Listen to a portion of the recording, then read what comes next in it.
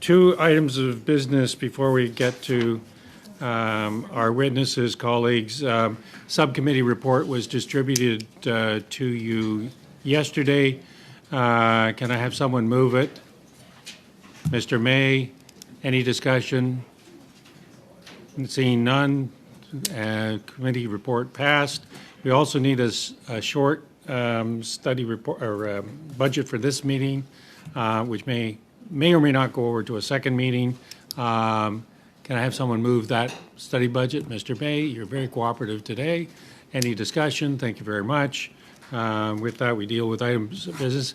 At the end of the second hour, I want to just bring you up to date with where we're at on a variety of small issues. So I may call the meeting about 5 minutes early. With that, we have witnesses that have become quite familiar to this committee, which we're very thankful for, and we appreciate all of you making yourselves available to the committee. Kerry Buck, Senior Fellow at the Canadian Forces College and University of Ottawa Graduate School of International Affairs. Yeah, it's only 8:30 in the morning.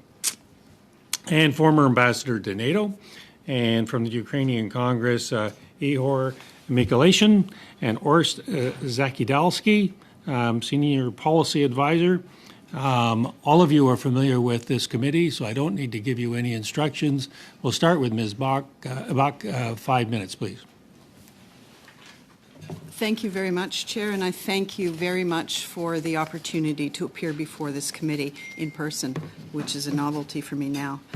I'm appearing as an individual, and I'll speak to you entirely from a personal perspective, providing personal analysis based on my 30 years of experience in international security. I'll focus on two aspects of the war. First, how the war has evolved over the past year, where I think we are now, and second, what the challenges or risks are in the months ahead for Ukraine, NATO, and for NATO allies like Canada. The past 14 months of the war have been a surprise in many ways. Many commentators, myself included, were surprised that President Putin would choose to launch a full-scale war against Ukraine. I could not understand why it was in Russia's self-interest to do so. But I do think that one of the reasons Putin launched the war was because he thought NATO was weakened and that the West would have neither a strong nor a unified response. And Putin was surprised. The reaction of NATO has been more robust, more coherent, and more supportive of Ukraine than Putin expected and than I could have hoped for. But the war on Ukraine, as wars go, is still relatively young. So let me walk through how I see the evolution of the war since it first began in February 22. It's been through a few phases. Initial phase, as we know, where Putin and many Western commentators thought Russia would do well militarily, do it rapidly, and even be able to replace President Zelensky's government very quickly. That phase was short-lived. Another welcome surprise. I'm glad. The next phase was marked by a period of Ukrainian successes and rapid gains made possible by the resolve of Ukrainian troops, by inspirational Ukrainian leadership, and the mobilization of Ukrainian citizens. And without taking anything away from Ukraine's extraordinary effort, Western support was also a crucial part of the successful outcome. In particular, the training effort post-2014 by Canada, the UK, and others was key, as was the early policy shift to provide lethal weaponry. Now, the third phase of the war started around 10 months ago, and we're still in it. Russia started to concentrate its troops and artillery to the south and east of the country, focusing on consolidating and expanding its control of the Donbass and creating a buffer around Crimea. At the time, NATO Sec Gen Jens Stoltenberg said he expected the war to last a very long time, and I'm afraid he was right. So here we are today, 14 months after a brutal Russian attempt to invade all of Ukraine. Millions of Ukrainians displaced, tens of thousands of casualties, and umpteen thousands of civilians murdered. Ukrainian critical infrastructure and cultural heritage have been destroyed, countless war crimes have been committed, and Russia's under heavy sanctions, in a way some of the heaviest ones imposed on any country since World War II. The fighting continues, and a new counteroffensive is being launched in what promises to be a grinding ground war, I think, along a 600-mile front. It looks like this conflict will last a long time. Where do I think the international community, NATO, and allies, such as Canada, need to focus in the months ahead? A few areas. First, maintenance of international support for Ukraine will be crucial, both in terms of political support as well as logistics. From my perspective, President Putin has more people to throw at the war in Ukraine and less to lose. He's shown a disregard for the fate of Russian soldiers and a propensity to use them as cannon fodder. A long, grinding war of attrition is in Russia's interests, and in fact, maybe their strategy. They've said as much publicly, hoping to see support from the West start to crumble. So, what do NATO and NATO allies need to do? NATO needs to put in place a longer-term strategic plan to provide weaponry and other support to Ukraine. For the past year, the support to Ukraine, the rhythm of support to Ukraine has been marked by President Zelensky asking for something specific and then allies moving, sometimes quickly, sometimes more slowly, to find what is needed, provide the training, and get it into theater. But this is different from a strategic plan that ensures a steady flow of predictable support. Second, to achieve this, Allied defense production and procurement needs to be stepped up. Ukraine's burning through ammunition and weaponry faster than the West can provide it. Most crucial is Ukraine military meeting NATO standards. Provides significant deterrent to Russia going forward. So during the war and after the war, we need to work to wean Ukraine away from Soviet-era equipment and toward full NATO interoperability. In terms of political support for Ukraine, I'll just say that this will take a lot of continuing diplomacy. We're already starting to see some NATO allies put positions on the table that are different, Hungary and Turkey. But it's not just about NATO, it's creating broader, worldwide, cross-regional support to not only isolate Russia, but to put pressure on Russia. And so that will involve talking to some countries that perhaps we may find their positioning less palatable, but they will be useful interlocutors with Russia. Finally, another question I expect high on the agenda, the Vilnius NATO summit, is Ukraine's future relationship with NATO. There, what I expect is a very vigorous debate, but no final conclusions. Will Ukraine be offered formal security guarantees? Will there be a clear path to NATO membership with concrete steps? Or will it be something interim until allies see where the war ends up? I'll leave it at that point, and in the question and answer period, we can look at some other areas in security and defense that Canada could help. Thank you. Thank you. Ukrainian Congress, Mr. Mikolajin? Okay. Thank you. I'll split my time with my colleague, but I'll begin. So again, thank you for the invitation to invite us here before this committee. As you know, the UCC is the voice of Canada's Ukrainian community. When we talk about the war, I think it's, as you know, important to understand that the war and the invasion started in 2014, and we are, in many ways, just talking about the escalation and the full-scale invasion, which started just more than a year ago.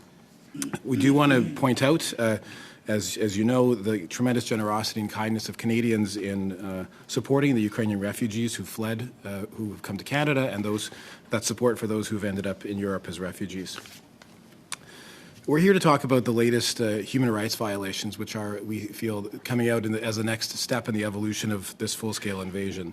So as you've seen, no doubt, in the media, Russian human rights organizations have been posting video testimony from mercenaries from the Wagner Group, which is fighting in eastern Ukraine.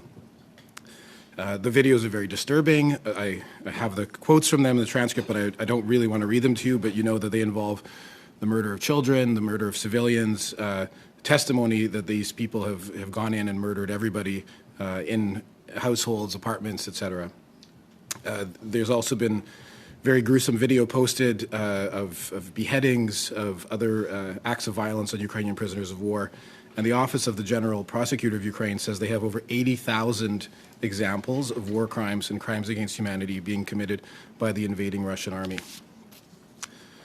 So mass rape, torture, murder, forced deportation, mass abduction of children are some of the litany of crimes that Russia has committed and is committing every day in its war against Ukraine. Our point is to say that these are not rogue actions of rogue soldiers. They are not random. They are deliberate, systemic, and planned.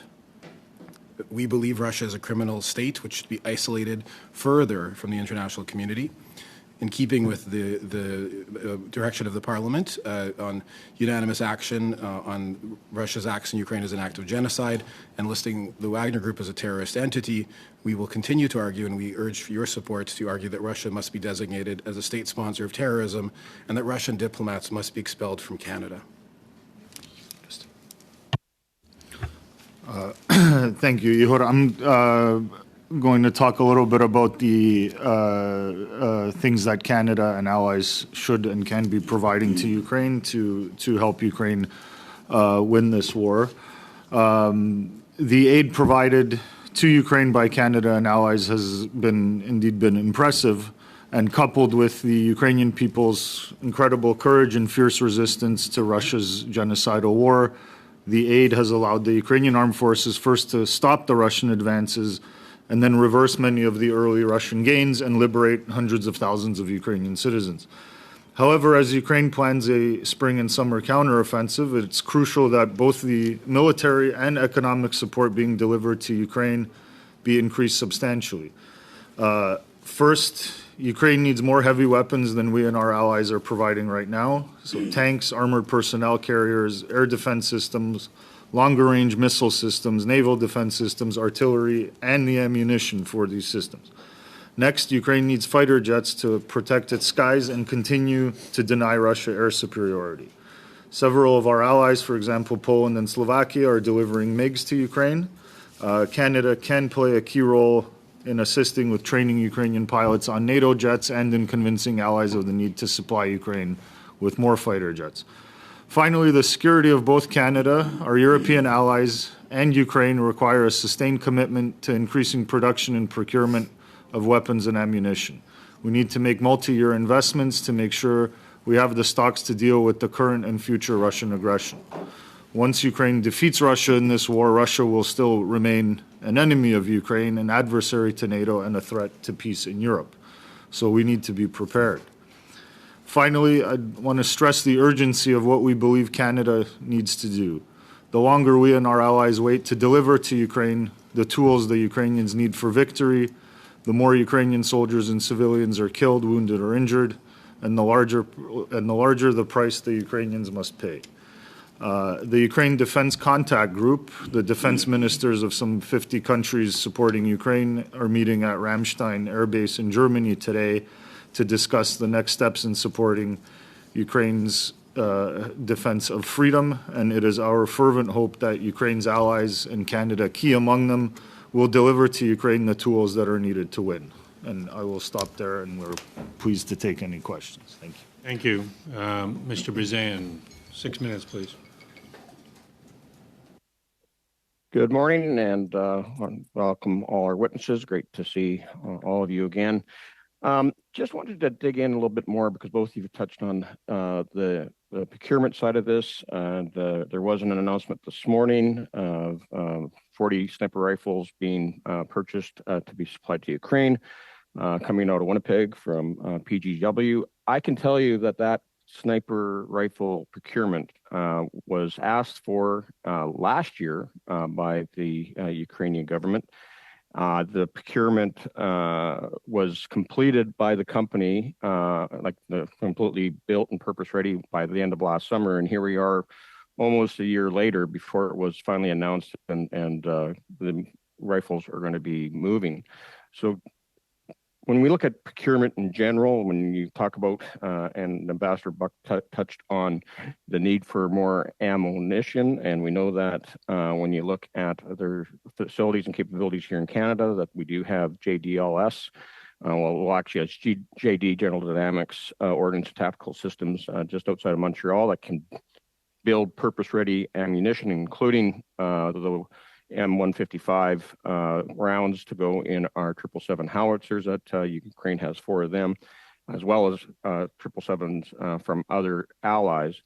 Do you think that we need to actually start moving a little quicker on getting this procurement fixed? And what's the big holdup from the standpoint of both, former NATO ambassadors as well as the community with UCC as to what some of the impediments are to actually getting ammunition, sniper rifles, and other military material procured for Ukraine.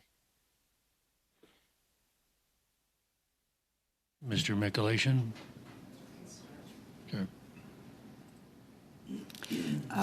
Absolutely, and I know that Jens Stoltenberg and other NATO allies have recognized, coming out of NATO meetings, that production needs to be ramped up and it needs to be sped up.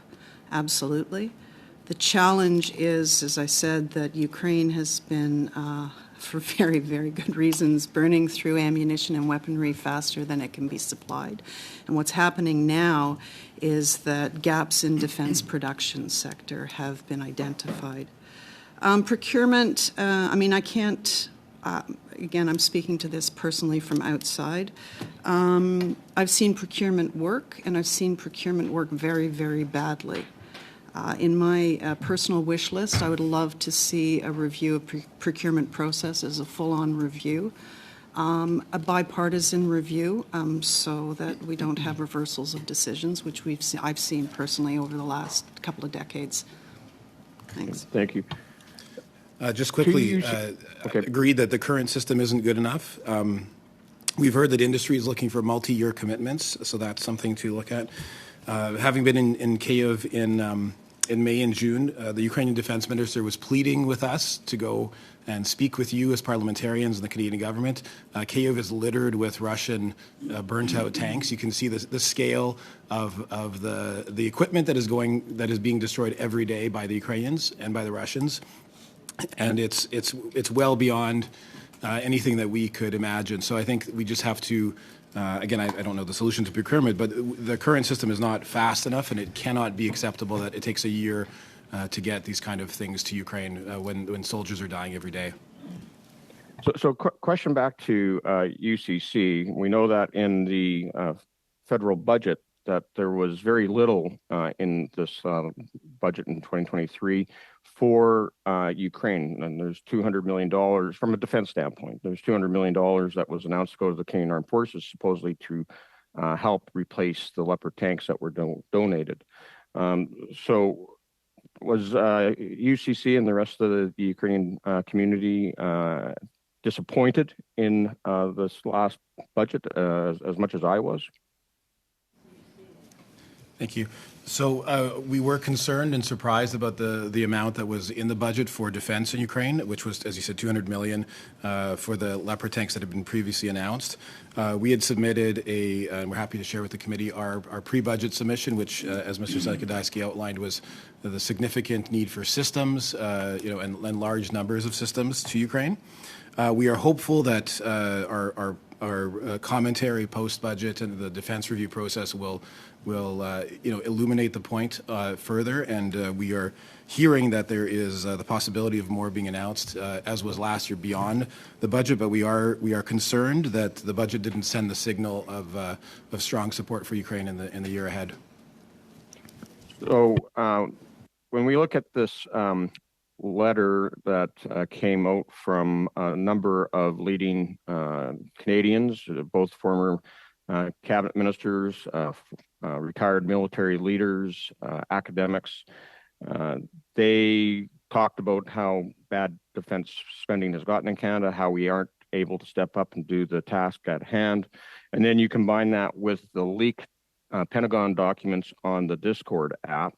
And we know that the back channel discussions that have been taking place, especially at the NATO level among diplomats. And so the question to Ambassador Buck is, would you say that based upon your time in Brussels, and you look at the discussions that are taking place today and with a lot of your former colleagues, was the comments made in the Pentagon documents reflective of what you're hearing in diplomatic circles here in Ottawa today?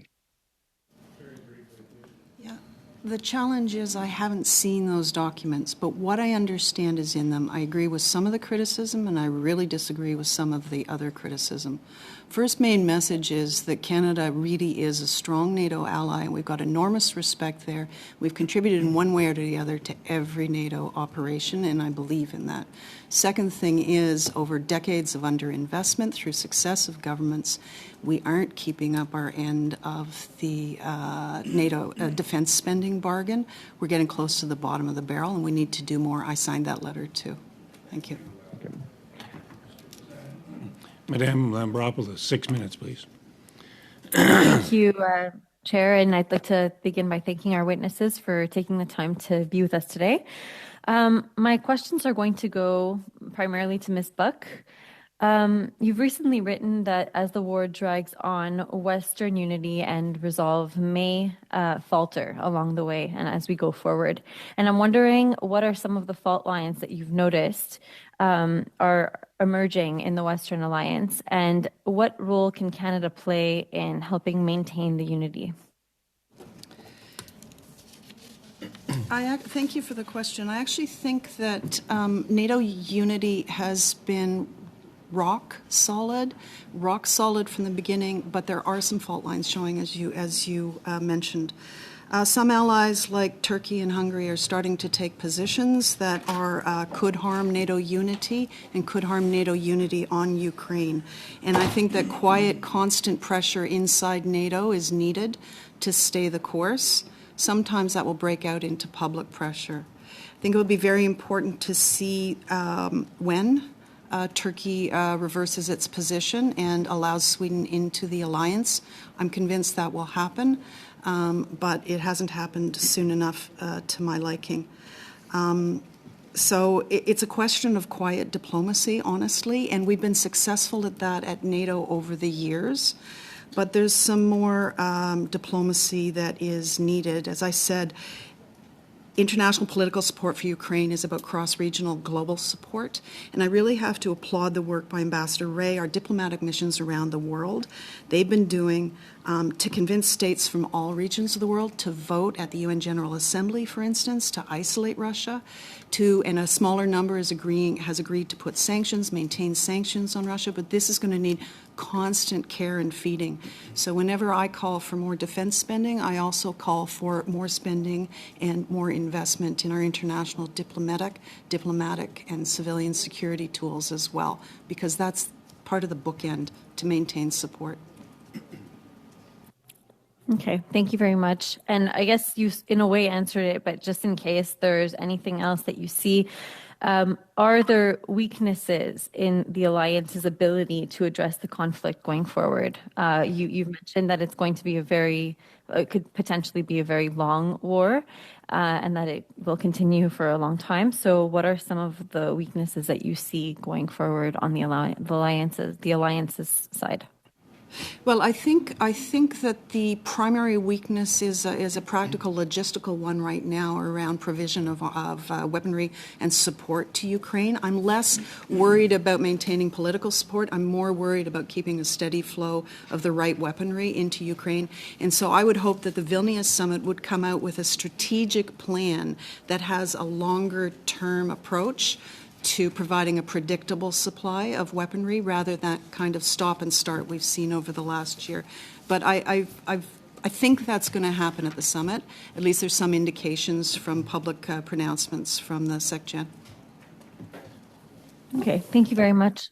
For the Ukrainian Canadian Congress, I appreciate your interventions today. I understand that the community here is most likely living a very difficult moment and has been for the last year and a half or so. And you've mentioned a few of the things you would like Canada to do more, and that's including training Ukrainians on Canadian jets, on NATO jets. Can you maybe be a little bit more specific on what role you think Canada, or what role you would like Canada to play in this war going forward? Well, as we said, I mean, I think that there are sort of two areas. One is the increased supply of weapons, and the other is increased training. I mean, as Ambassador Buck mentioned, Ukraine is moving to a NATO standard army, and Canada is very well suited to train Ukrainians. Has been since 2015. Over 30,000 Ukrainian troops have been trained, and frankly, that has made an enormous difference for Ukraine's army. So anything we can do to increase that will be helpful.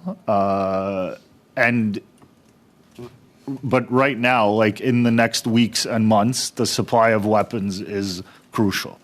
And we stress the urgency of that. There are millions of Ukrainian citizens suffering under Russian occupation who need to be liberated. And the Ukrainians can do it, but they need the weapons from us.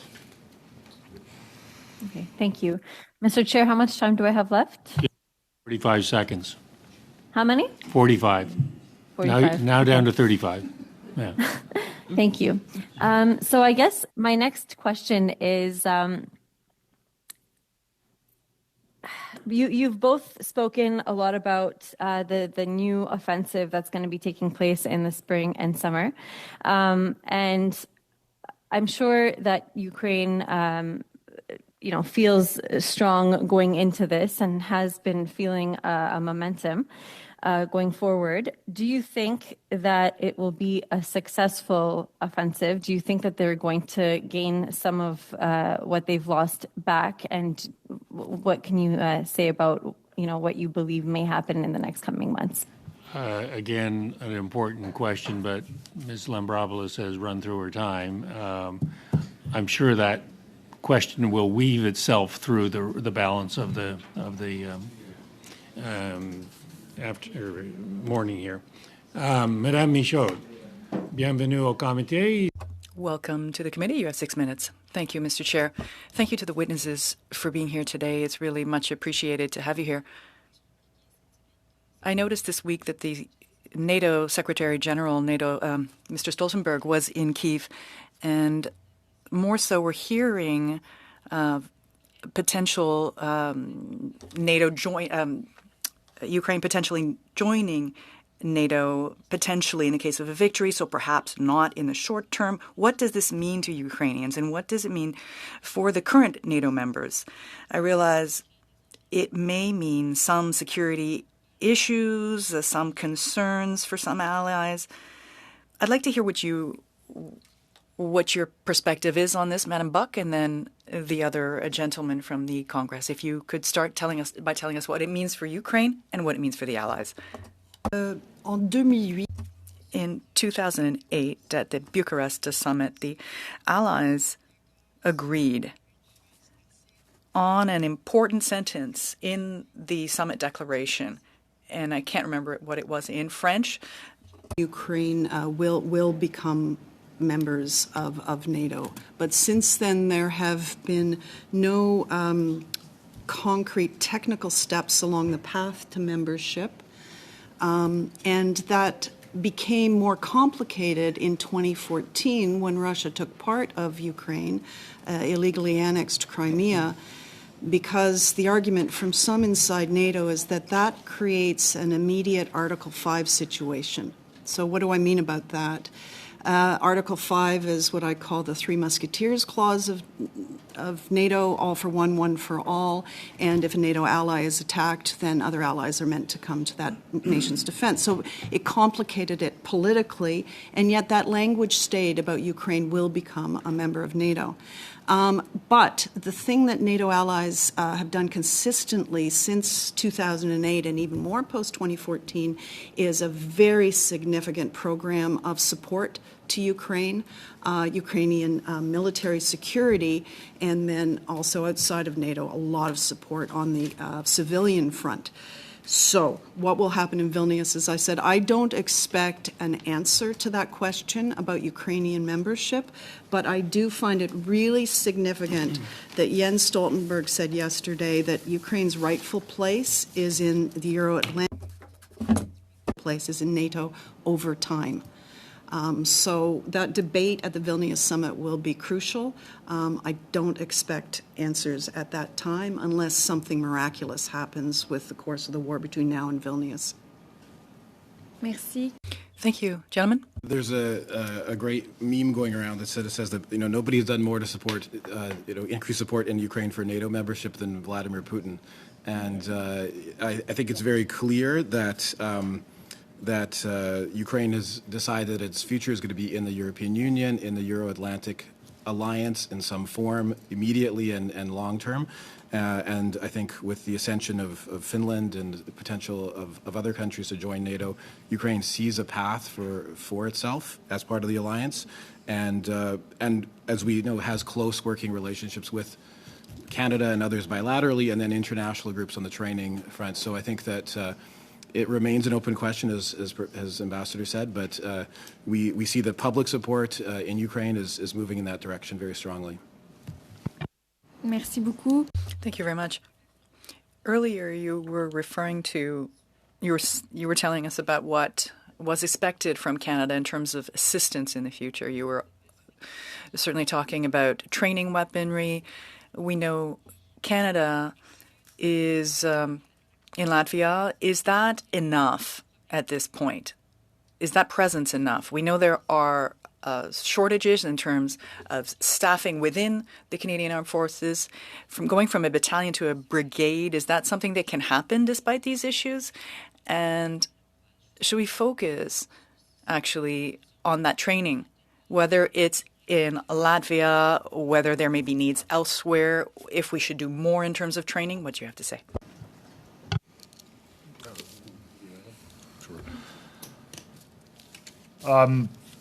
I think our capacity to increase training is the same issue as our capacity to increase the production of weapons. It's a matter of the government making it a priority and investing the funds necessary in it.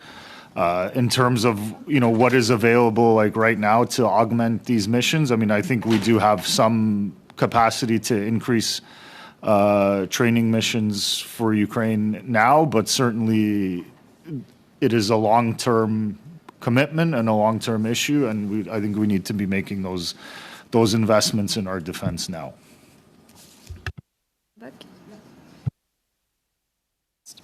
Excuse me, at the last NATO summit, there was agreement by all allies that the size of the battle groups, the existing battle groups that were created in 2017 would be increased, and that new battle groups were being put in place.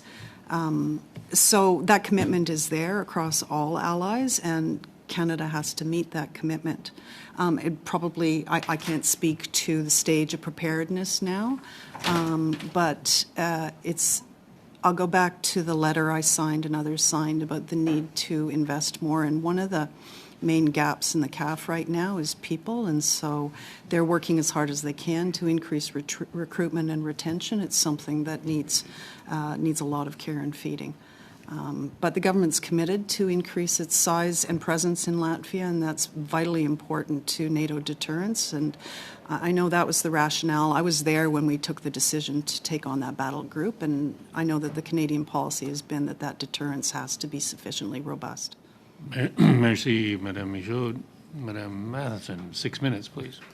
Thank you, and thanks to all the witnesses today for appearing. One of the things, so London has provided the LAVs, the LAVs out of GDLS.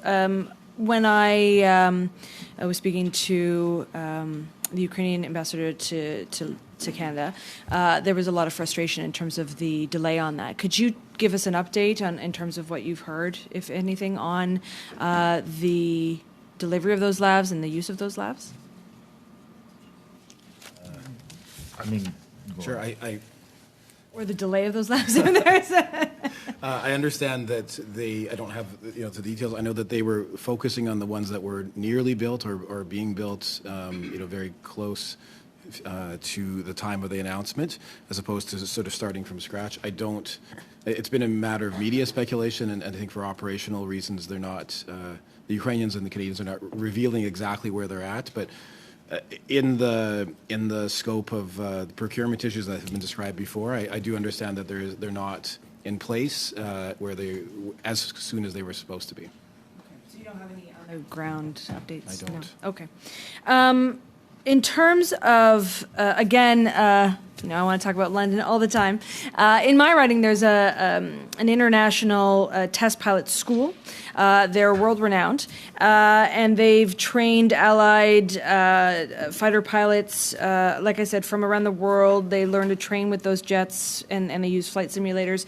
There have been numerous conversations about ensuring that Ukrainian pilots come to test at this facility, and as I think it was I think it was Orst, I can't say your last name, I'm so sorry, had said there's this transition to NATO equipment and NATO weaponry. And so that kind of training from NATO allies is key. There has been a lot, unfortunately, of buffers or barriers that have come before both sides. So I'd really love for you to talk again about that specific training, increasing the training. I know that Op Unifier has been an incredible resource for troops in Ukraine, but in all the different ways that Canada can train troops for Ukraine. I mean, one of the most important things to remember about training is that our army is also learning from the Ukrainians, and so it is, to the extent we can enlarge any of these missions, move towards training fighter pilots. I mean, we're going to do it eventually anyway, so we might as well do it now. In these missions, there is always a large benefit to our military as well, and I think we need to look at it from that. No, we're not just helping the Ukrainians, but the Ukrainians are helping us as well. If I can just chime in, on the support programs, I was at the Invictus event last night with some of the members here, and it's beyond just the training of test pilots. I think there's a real scope. Ukraine is going to be a country of veterans and families of survivors, and both those injured and killed. And so I think there is a whole of society need in Ukraine for broad mental health support, for supports for veterans, for entrepreneurship, now and post-war. And so I think we have certainly had a flood of people come to our office with proposals of every kind on each of those spheres of what Canada can do as Canadian business, as Canadian government, as a nonprofit sector, as community. So I don't think there's any lack of ideas or support. Sometimes it's a matter of funding and finding the right partner. And I think at this point, Ukraine is eager to take on partnerships with any kind of partner that will help it in this victory in the nearest time. But we also need to be thinking about those men and women that are serving and their families, in the midst of this. Ms. Buck, you had talked about Canada's increasing in many different types of spending, but I wanted you to expand potentially on what you were talking about in terms of that diplomatic spending, what Canada's not doing and where we need to go on that diplomatic side.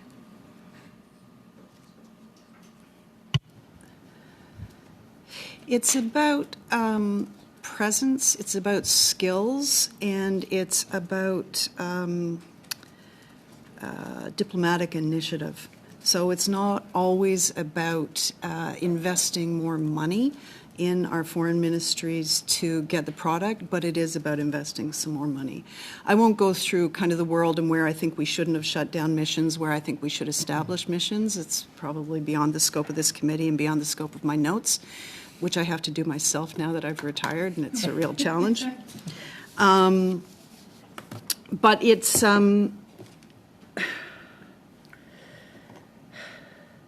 I find a real diminution of our capacity internationally and of our knowledge base internationally, our skill set internationally on some issues, and we do need to rebuild it.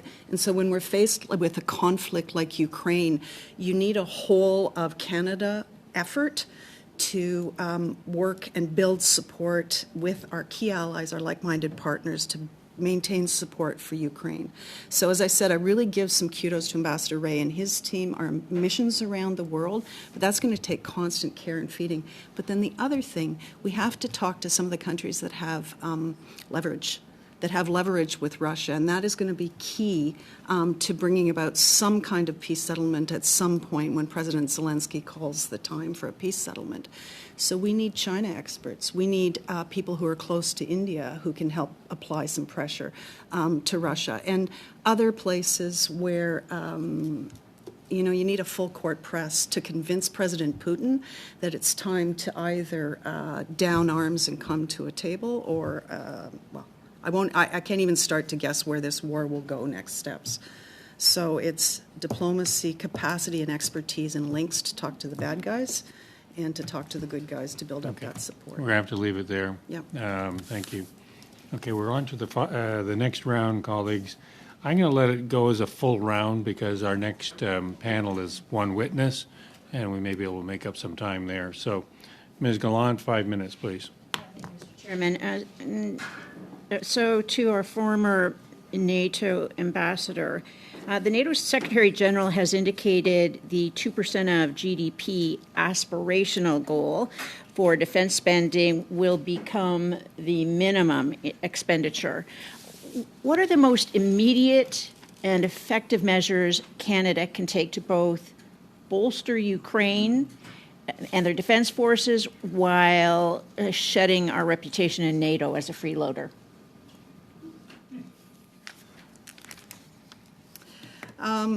Well, I'll go back. I actually think that our reputation in NATO is pretty good. But the 2% goal, and it is a goal, and Canada's been clear that it's a goal and non-binding through two governments now. It's a very important political standard, and it's a very important political measure that is becoming more important. And it's becoming more important because of the war, but for us also because all of our allies are climbing higher and higher, and we're not. Part of it is because our GDP is doing a bit better than some of our allies, so that's something it's good news, but the percentage is dropping. But part of it is because of underinvestment over successive governments that's coming to roost now. What happened in 2017 with Strong, Secure, and Engaged is that they actually have a plan for a 73% hike in spending, which is impressive. But that 73% hike in spending, which is the most significant hike in defense spending that we've seen in decades, hasn't quite come to fruition. Not enough people, procurement processes are too slow, etc. So we have a lot to do, and our stats at NATO are bad. Right now, in 2022, we were 25th among the allies in terms of percentage of GDP spent on defense, and in terms of percentage of defense, share of defense spending spent on equipment, we were second to last. And that's not great. So we need to do more, thus the letter, as I said, that I signed, where so in terms of support for Ukraine, weapons, training, and when the war does come to an end, I think that we could have a really useful role to help the Ukrainian military transition to a peacetime footing, and we'll learn a lot from them too, from their war experience, and help them move up to that NATO interoperable standard and maintain it. It sounds like we're just still aspiring to the 2% rather than recognizing it will become the floor, and they need to move forward on it becoming the floor because nobody's really ever getting to that 2%. They just get closer to it. It's like a law of diminishing returns. So with respect to that, how would you say that we could strategize? What should be the strategy to move forward and actually win this war in Ukraine, for Ukraine, in our role as support? Well, to win the war, I'll go back to weapons, ammunition, bandage. Like, we're at a really critical point right now, and I think that NATO has done admirably in supplying Ukraine, and they need to do more faster. Absolutely. Ihor, now we know there are charges that can be raised for war crimes. What about the people who influence and encourage the genocide in Ukraine? Are there any international laws that could hold the people who are doing this to account? So there are several processes going on led by Ukraine that Canada has been supporting. First is the war crimes and genocide prosecution through the International Criminal Court. And the second that Ukraine is pursuing, which I'm sure many of you have heard about, is the war of aggression prosecution. And that's where there is still ongoing discussion on how Ukraine can lead that process, but with an international criminal prosecution process. It's part of the investigations that are happening. We know that many countries have sent investigators. Will the influencers be charged as well as the people actually committing the crimes? I hope so. Okay. I mean, I think that the evidence is there from a speeches and media perspective in terms of who was encouraging and supporting and boosting the committing of these crimes and how they're being portrayed as great Russian victories. Mr. May, 5 minutes. Thank you very much, Mr. Chair. Thank you all for being here and sharing your time with us this morning. Madam Buck, during your intervention, I was reflecting on how we've come to where we are. And the early days of before the war even started, all the speculation as to what was going to happen. And there were three theories that were quite prevalent that were shared with us, but also throughout the media. One was nothing was going to happen, and a lot of that was actually coming from within Ukraine, that this was just saber rattling. Two, that it was going to be similar to Crimea in that they would, blitz in and redraw the border around the two Donbass provinces and call it a day. Or three, it would be over in a week, and they'd drive right through Ukraine as liberators, and it would be over within a matter of days. Obviously, none of that happened. Nobody was talking about a protracted war that I heard of. I guess my question to you and to the panel as a whole is, how has our thinking changed in terms of the intelligence gathering around Russia's capabilities and as importantly, Ukraine's capabilities now that it's being supported so heavily by NATO? Is there a different strategy on how we're actually thinking about this? Because I know it's been asked already about what's to come, and I know no one has a crystal ball, but over a year ago, everyone seemed to have a crystal ball and had very strong opinions as to what was going to happen. And I'm curious, everyone's being that we've talked to has been very quiet about speculating. I'm going to put you guys on the spot and say, how can we think moving forward, or how should we be thinking moving forward as to how this is going to resolve itself? Or is this going to continue for many years to come? We'll start with Madam Buck. How's our thinking changed? So the kind of orthodoxy when I was at NATO was that Russia had invested significantly in revamping and modernizing its own military since 2008, and that they would be one of the more impressive fighting forces in the world. And we discovered that that wasn't as true as we had thought, that they were substandard, that they were incapable of mounting that kind of complex and robust invasion of a country. And part of the reason I thought this didn't make any sense, because for Vladimir Putin to choose this, how is he going to hold Ukraine afterwards? I don't understand the calculus, unless I think it's only and all about him maintaining his power at home and him being afraid of a prosperous democracy that's improving economically right next door in Ukraine in a way that he hasn't been delivering to his own citizens and can't. Then it kind of makes sense, right? So how have we shifted in thinking about Russia's capabilities? The other thing that's happened is that he has started to he started some limited conscription that didn't go well politically for him, so now they've got a charm offensive and trying to have quotas out in regions outside Moscow to get more and more soldiers to throw at the problem, clearing out prisons. He doesn't care if his soldiers die. At some point politically that'll come home to roost for him, but it hasn't yet. So he can keep throwing literally Russian young men's bodies at this problem for quite a long time to come, which is too bad. It's too bad for the Russians. Where it will end, there are different scenarios. I don't see many scenarios where he is ousted from power, and whatever scenario it is, we'll have to collectively deal with Russia, right, somehow, in a way that recognizes that they're right next door to Ukraine and will be forever, and that they're part of Europe. So at some point, peace talks will have to happen, but I firmly believe it has to be President Zelensky's call when the time is right, and it can only happen when Ukraine has had sufficient territorial gains that Putin is forced to the table. Gentlemen, we've left you about 30 seconds or less, I Sorry. think. I don't know if you have any thoughts on I'll just say that the course of the war in a large measure depends on what we are capable of providing the Ukrainians. If they run out of artillery, they can't fire artillery. Thank you, Mr. May. Madame Michaud, 2.5 minutes, s'il vous plaît. Thank you, Mr. Chair.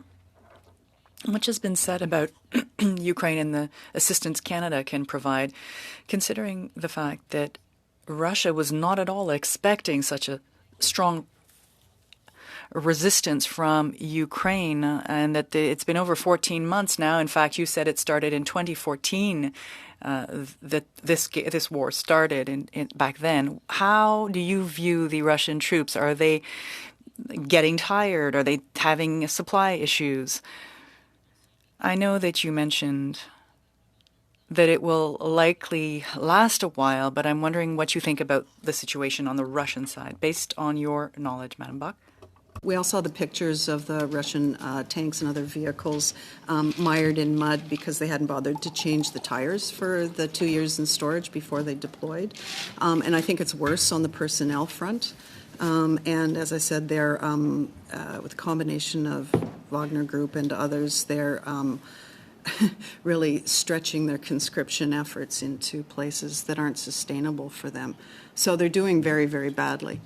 But they are a very large country with a lot of people, and they've got a lot of weapons in reserve. They're not good weapons.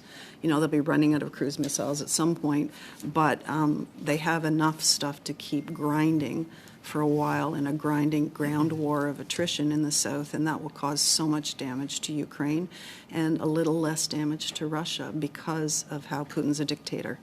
He doesn't bear the political costs of doing that as much as other leaders might. Merci. Thank you. And ill-equipped as they are still a significant fighting force that we should not take lightly. And as I was reading you earlier, the brutality and the scale of the impact that the Russian forces, whether it's Wagner or the Russian army, have had in Ukraine should not be forgotten in the stories of their, technical incompetence. So it's the scale, it's the continued relentless dispatch of these people, of these soldiers, and as we said, the emptying of jails to create Russian brigades. These people are not professional soldiers. They are murdering Ukrainian civilians, and that is their instruction, and that is an explicit strategy by the Russian military. Madame Michaud, 2.5 minutes. Ms. Madison. I wanted to ask, throughout the war, Russia has used food as a destabilizing weapon. Can you talk about the impacts of that on the ground, that food stability and on the impact on Ukraine's food supply chains? Sure, I can. As you know, there have been several attempts to have these grain deals brokered by the United Nations and others. Ukraine's role as a supplier of the global South, particularly the Middle East and African countries, for wheat, for sunflower oil, and other essential. Appel au règlement, Monsieur le Président. We've lost interpretation into French, Mr. Chair. We lost interpretation. Well, the interpretation says it's okay. Okay. Okay. Back on. So Ukraine's role as a supplier of agriculture, essential agriculture for the global south, I think has been illuminated by this latest invasion. I think what Canada can do to help there is Ukraine is trying to engage these allies in the global south, but that's a difficult task to do in the middle of fighting a war. And so I think, again, talking to countries that have been affected by the war, where food prices and shortages have come up, we need to make that non-linear argument and connect the dots for people that prices are going up because of this war. So exactly as Ms. Buck was talking about in terms of finding those maybe potentially difficult allies or tougher allies and convincing them of this overall would be a really good connect in that way, and using food stability would be a good way to connect. Yeah, I think many people didn't realize how dependent they were on Ukrainian agriculture to ensure their stability and prosperity. And I think that rebuilding global security starts with supporting Ukrainian agriculture. I think to maybe add to that, that was a lot of nods. So I'll give the rest of my time to you to add on to that. Well, just in wild agreement. So if you think about if you think about food shortages and the impact on food prices around the world and on grain supply, so you don't think of it, but Rome, FAO. So our mission in Rome would have been actively lobbying at the FAO to talk about Food and Agriculture Organization of the UN, to talk about how we stabilize food prices, how we help the poorest of the poor. We would have been doing that through a lot of our development assistance as well. So it's all arms of Canadian government international intervention, development assistance, diplomacy, that has to kick in to do that. And then we also have to be equipped to counter Russian disinformation, because as soon as that started, they were out there with disinformation saying, well, this is a result of X, Y, or Z, not the result of what we've done in Ukraine. And so our capacity to diplomatically and in Canada to rebut that disinformation, that propaganda, is really key. Thank you, Ms. Masson. Ms. Masson and I were exposed to a very sophisticated response to misinformation and disinformation while we were in Taiwan, and I think we would both agree that there's a lot to be learned from how they deal with it. With that, Mr. Kelly, 5 minutes, please. Thank you. Ms. Buck, if I may take you back to some of the questions, the line of question that Mr. Bazan was getting to at the end of his, or as part of his opening round. The 2% goal, aspirational goal was, if I understand, was set in 2014, about a 10-year, over a 10-year period to meet that aspirational goal. So I'm not sure I could agree that successive governments over a long period of time have not dealt with what was really a specific goal set out in 2014. Now, we had a leak that alleges that our Prime Minister had explicitly, in contradiction of stated policy, said that Canada will not meet that goal. Are you concerned that statement undermines our commitment to NATO at a time when this war is explicitly testing the unity of this alliance? Thank you for that. Just to be clear, my intervention was about underinvestment in defense by successive governments, and in a way it goes back to about the 70s, and it's coming to roost now. And to be fair, I mean, the last two governments, there's been more focus on defense.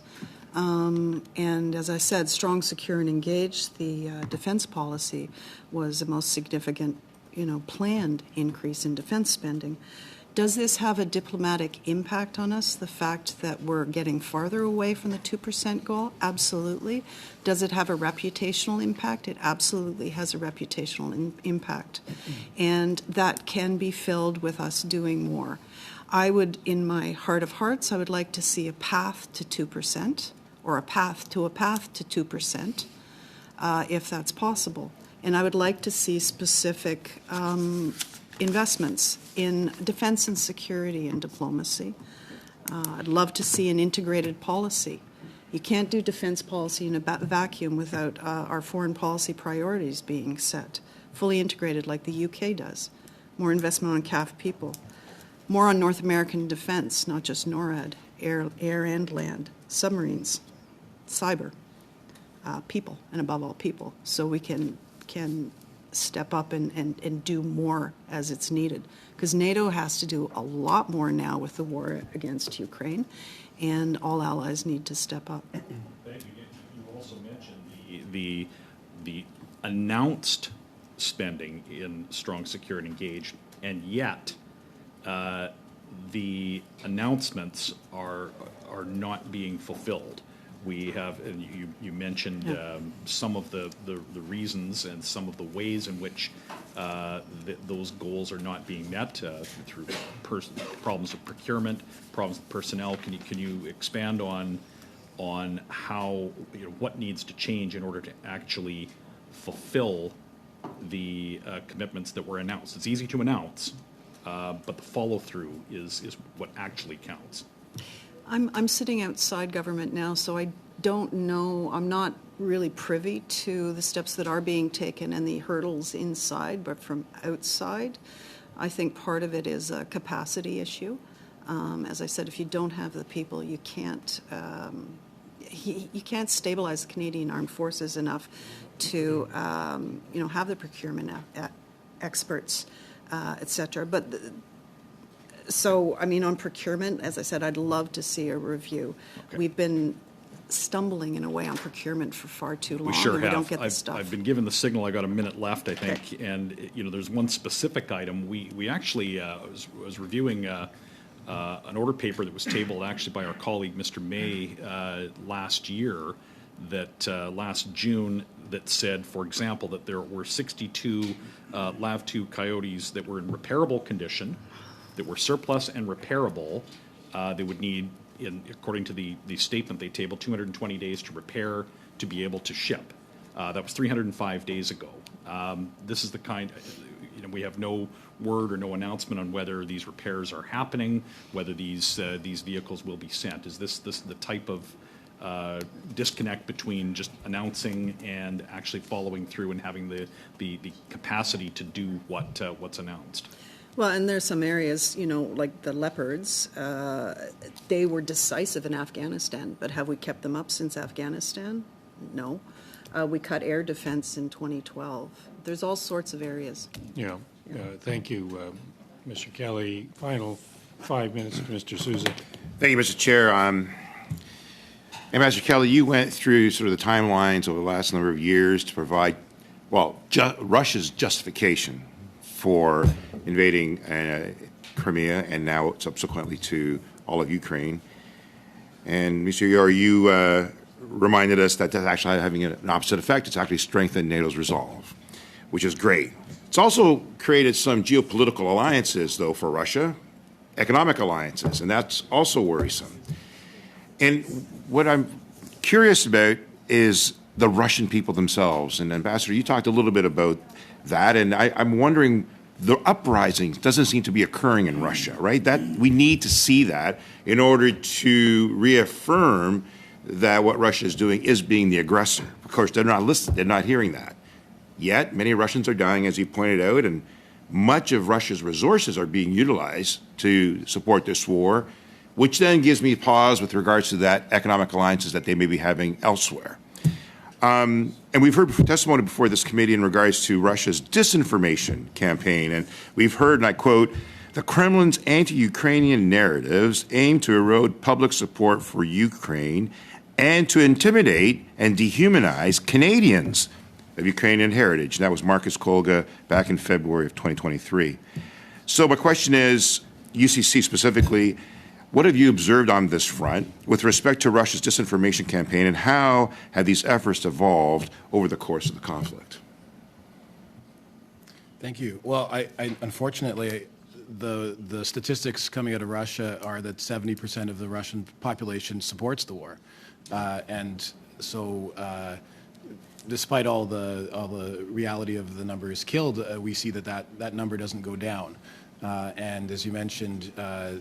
They have strong disinformation heralded by their ambassador to Canada. And so we don't understand why he is regularly, why he's here and regularly featured in Canadian media. And he's called us terrible names. He's called many of the people in this room terrible names. And he slurs our community on a daily basis, as he does with the Canadian government. So that is baffling to us.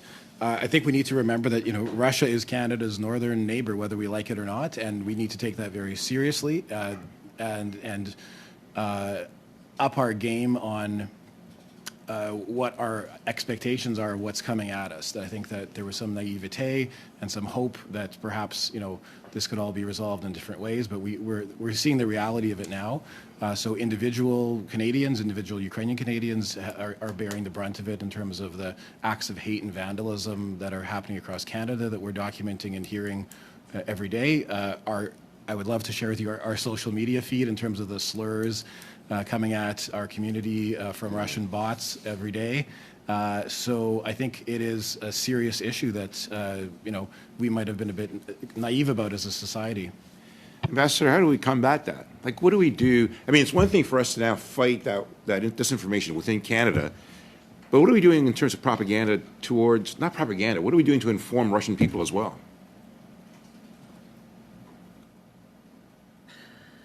First on propaganda, I think that requires a whole of society response. And as you said, Mr. Chair, we can learn a lot from countries like Estonia and Taiwan, who sit next to very powerful countries that engage very well in disinformation. They're better at it than we are.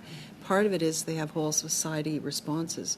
So in Finland, for instance, they teach kids in school how to recognize disinformation, so they can weed out on social media what's false and what's true. And we need a better security culture, I think, at all levels, provincial, federal, even municipal sometimes, so that we can understand when we're being attacked by disinformation, when our citizens are. So that's civilian investment in cyber, but also in building some of the other I call them building blocks of democracy, like independent media, free media, electoral systems, etc. We're pretty good on that front, but still need to do more. On the Russian people, there are polls and then there are polls. It's a little dangerous in Russia to answer the wrong way.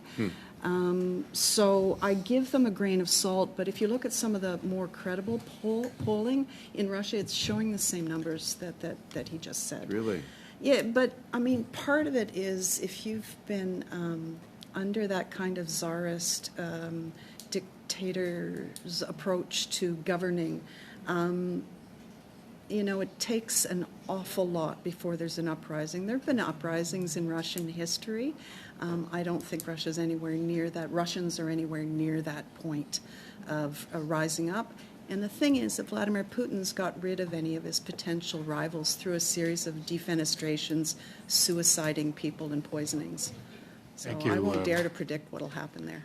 Thank you, Mr. Sousa. Unfortunately, that brings our time to an end, and I say unfortunate because all of you have been absolutely superb witnesses.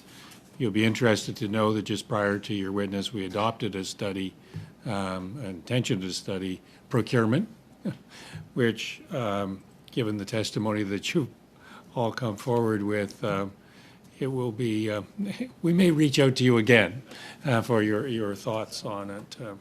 It's very exasperating, this process, so we hope to bring some enlightenment. With that, I'm going to suspend and we'll re-empanel in as soon a time as we can. Again, on behalf of the committee members, thank you.